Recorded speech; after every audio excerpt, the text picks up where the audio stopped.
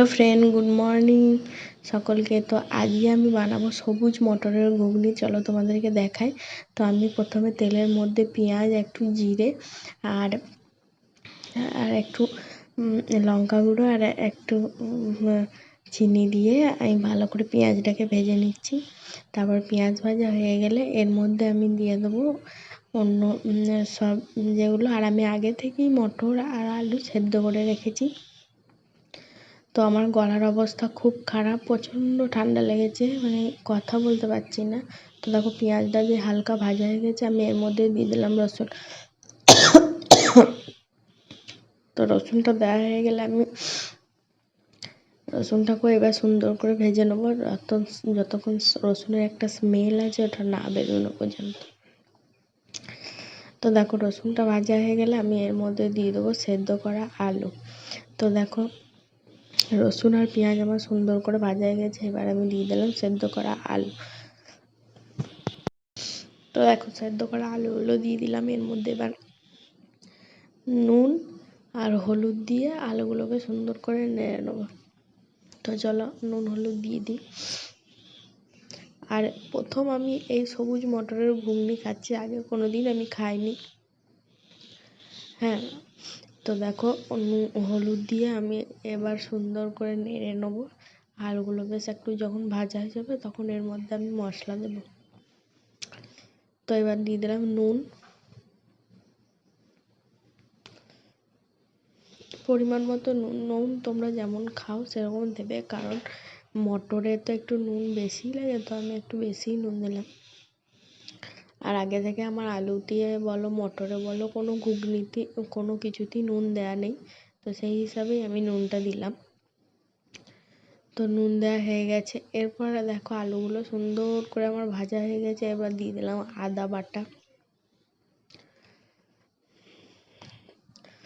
তো আমার এতটা পরিমাণে ঠান্ডা লেগেছে আমি তোমাদের সঙ্গে কথাও বলতে পারছি না, আর ভিডিও করতে তো ভালোই লাগছে না।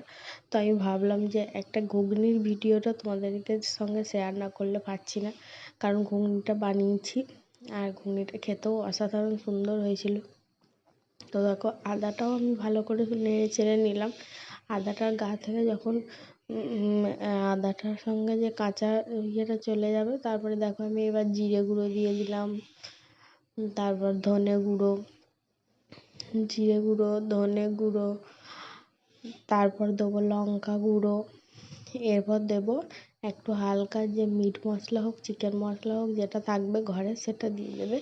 তো এটার জন্য না রান্নার টেস্টটা একটা আলাদা হয়ে যায়। তো দেখো এবার আমি দিয়ে দিলাম। এবার এগুলো সবগুলোকে আমি একসঙ্গে সুন্দর করে নেড়ে চেড়ে একটু হালকা জল দিয়ে আমি এবার এগুলোকে নেড়ে চেড়ে নেবো। তো কমিয়ে কমিয়ে আমি সুন্দর করে কষিয়ে নেবো। কষিয়ে যখন তেল ছেড়ে দেবে না, তখন আমি এটাকে নেড়ে চেড়ে আমি এবার দিয়ে দেবো ঘুগনির মটরগুলো। তো দেখতেই পাচ্ছ কালারটা কতটা সুন্দর চলে এসেছে। এরপর আমি সেদ্ধ করা যে মটরগুলো আছে, সবুজ মটর, সেগুলো দিয়ে দেবো। দেখো মটরগুলো সবুজ মটরগুলো এমনই না, মানে এমনভাবে সেদ্ধ হয়েছে যে দেখে মনে হচ্ছে একদমই সেদ্ধ হয়নি, কিন্তু হাত দিলেই একদম গলে যাচ্ছে। তো খুব সুন্দর হয়েছিল ঘুগনিটা। তো দেখো এবার আমি এটাকে ঢেলে দেবো। এর মধ্যে যে জলটা আছে সেটা সমেতই আমি ঢেলে দিলাম।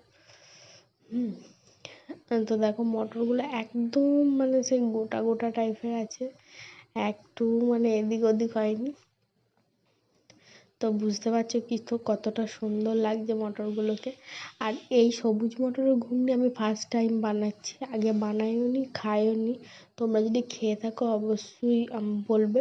আর এটা হচ্ছে একদম সে মটর যেমন ভিজিয়ে আগের দিন রেখে সেদ্ধ করা সেই মটর, একদম মানে মটরশুঁটি ছাড়িয়ে নয়।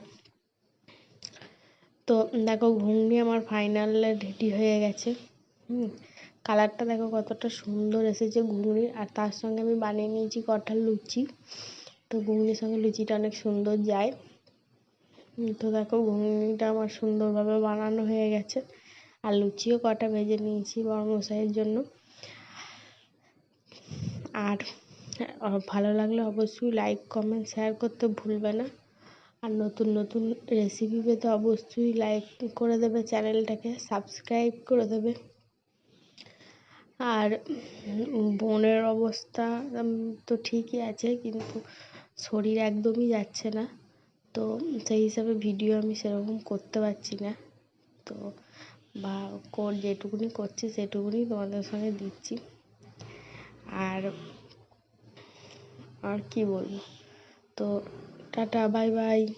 ভালো লাগলে মটরের ঘুগনিটা ভালো লাগলে অবশ্যই লাইক করো, আর চ্যানেলটাকে তো অবশ্যই সাবস্ক্রাইব করে দেবে। আর ঘুগনির কালারটা দেখতে পাচ্ছ।